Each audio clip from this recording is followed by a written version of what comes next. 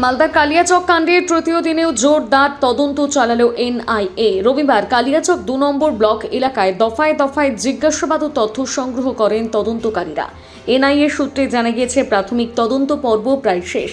আজই কলকাতায় ফিরতে পারে তদন্তকারী দল এবং আগামীকাল প্রাথমিক রিপোর্ট জমা দেওয়ার সম্ভাবনা রয়েছে। সেই কারণে শেষ মুহূর্তে তদন্তে গতি বাড়ানো হয়েছে। এরই মধ্যে বুধবার গভীর রাতে কলকাতার বালিগঞ্জে আক্রান্ত এক বিচারকের বাড়িতে পৌঁছে তার সঙ্গে বিস্তারিত কথা বলেন তদন্তকারীরা।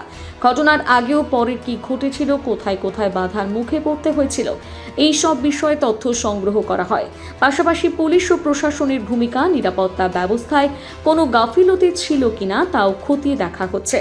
রবিবার সকালে কালিয়াচক ২ নম্বর ব্লক দপ্তরে তলব করা হয় অতিরিক্ত জেলা শাসক অনিন্দ্র সরকারকে। এখনো পর্যন্ত প্রায় ১৫০ জনের বেশি মানুষকে জিজ্ঞাসাবাদ করেছে এনআইএ। তদন্তকারীদের মতে জিজ্ঞাসাবাদ থেকে গুরুত্বপূর্ণ সূত্র মিলতে পারে। মালদা থেকে পরিতোষ সরকারের প্রতিবেদন, নিউজ টুডে।